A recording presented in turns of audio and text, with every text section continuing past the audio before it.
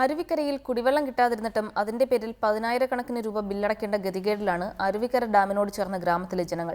കഴിഞ്ഞ 6 മാസമായി ഇവർക്ക് കുടിവെള്ളം കിട്ടിയിട്ടില്ലെങ്കിലും ബില്ലുകൾ കൃത്യമായി എത്താറുണ്ട്. കുടിവെള്ളം കിട്ടാത്തതിന്റെ പേരിൽ തിരഞ്ഞെടുപ്പ് ബഹിഷ്കരിക്കാനുള്ള തീരുമാനത്തിലാണ് നാട്ടുകാർ.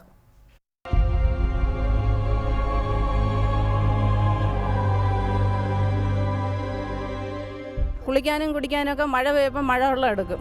ആദ്യം ഞങ്ങൾക്ക് വെള്ളമാണ് ആവശ്യം, പിന്നെയാണ് വികസനം. അരുവിക്കര ഡാമിനോട് ചേർന്നുള്ള കക്കോട് എന്ന പ്രദേശത്തെ ഒരു വീട്ടമ്മയുടെ വാക്കുകളാണിത്. കഴിഞ്ഞ 6 മാസമായി ഇവർക്ക് കുടിവെള്ളം കിട്ടിയിട്ട് കുടിക്കാനും കുളിക്കാനും ആഹാരം പാകം ചെയ്യാനും മറ്റുള്ളവരെ ആശ്രയിക്കേണ്ട ഗതികേടിലാണിവർ. കുടിവെള്ളമില്ലെങ്കിലും വാട്ടർ അതോറിറ്റി ഇവർക്ക് കൃത്യമായി ബില്ലൊക്കെ നൽകുന്നുണ്ട്. അതിനൊന്നും അധികൃതർ യാതൊരു കുറവും വരുത്തുന്നില്ല.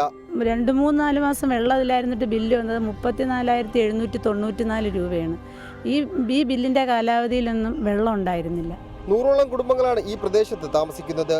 കുടിവെള്ളം കിട്ടാത്തതിനാൽ തെരഞ്ഞെടുപ്പ് ബഹിഷ്കരിക്കാൻ ഒരുങ്ങുകയാണിവർ. ഈ തെരഞ്ഞെടുപ്പിൽ ഞങ്ങൾ ഈ ഇലക്ഷൻ ബഹിഷ്കരിക്കാൻ തന്നെ തീരുമാനിച്ചിട്ടുണ്ട്. കാരണം ഇവിടെ വികസനത്തിന്റെ പേരും പറഞ്ഞ് വോട്ട് പിടിക്കാൻ ആളുകൾ നടക്കുന്നുണ്ട്.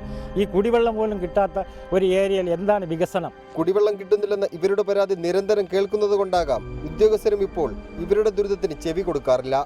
ഏത് മുന്നണിയായാലും പാർട്ടിയായാലും വികസനം നടപ്പാക്കണം, അതിന് യാതൊരു തർക്കവുമില്ല.